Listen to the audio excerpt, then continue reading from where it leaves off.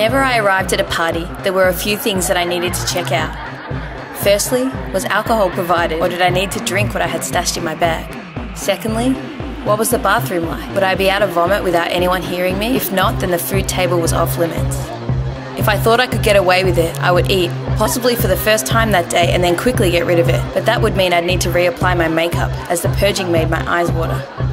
Next, I would begin to scope out the boys there. Who was I going to try and hook up with that night? I'd spent a while getting ready, but I still felt ugly, and I knew that the attention of a boy would make me feel attractive, at least for a little while. So I was careful to disguise the smell of vomit on my breath and the scars on my legs. Hopefully, he would be happy to stick to kissing. Anything else made me so anxious, but I found it impossible to stop. I would tell myself, keep drinking so you don't have to think, don't have to feel. No one will ever love you if you're boring. Show them that you can be cool, that you can be fun, that you can be desirable. But most of all, don't forget to smile.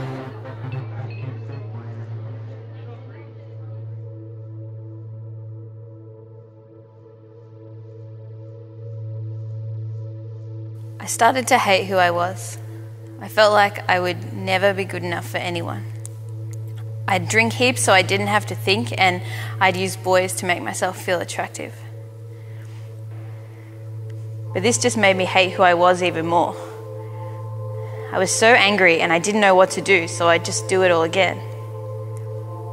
I felt so much uglier than all of my friends and thought that being thinner would fix that. With nowhere for that anger to go, I began to take it out on myself and thought I found the perfect solution to all of my problems. I would not eat for as long as possible, and then when I did eat, I would make myself throw it all up straight away.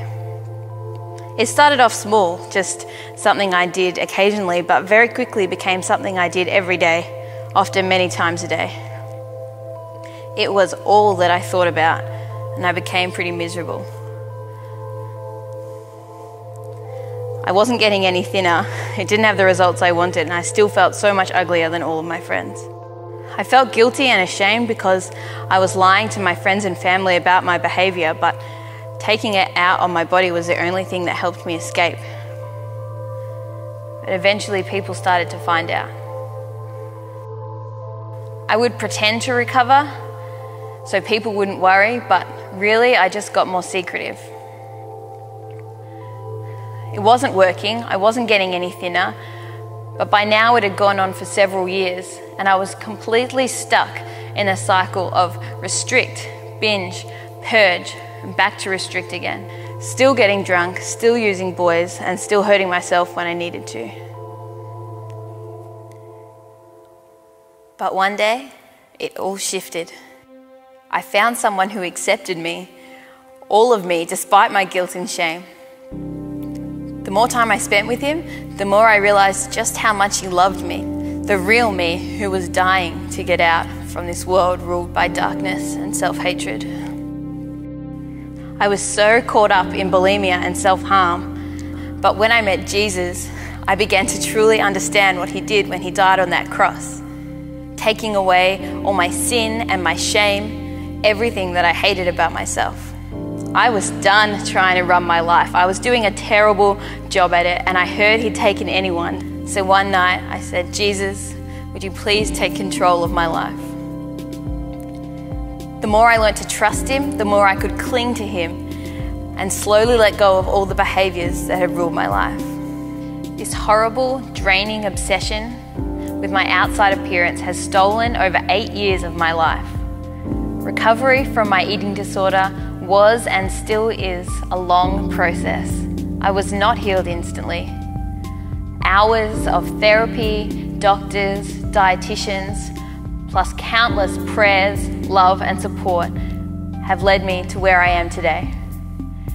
Even then, I still struggle. That angry voice inside of me rises up and tries to take over.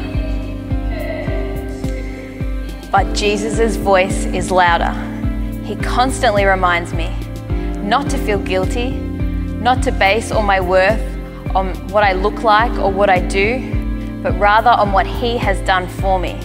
Who knows how God will use this story to reach others? But what I do know is that he has used my weakness to show me his strength. I used to think that I was a mistake, But I don't listen to that lie anymore.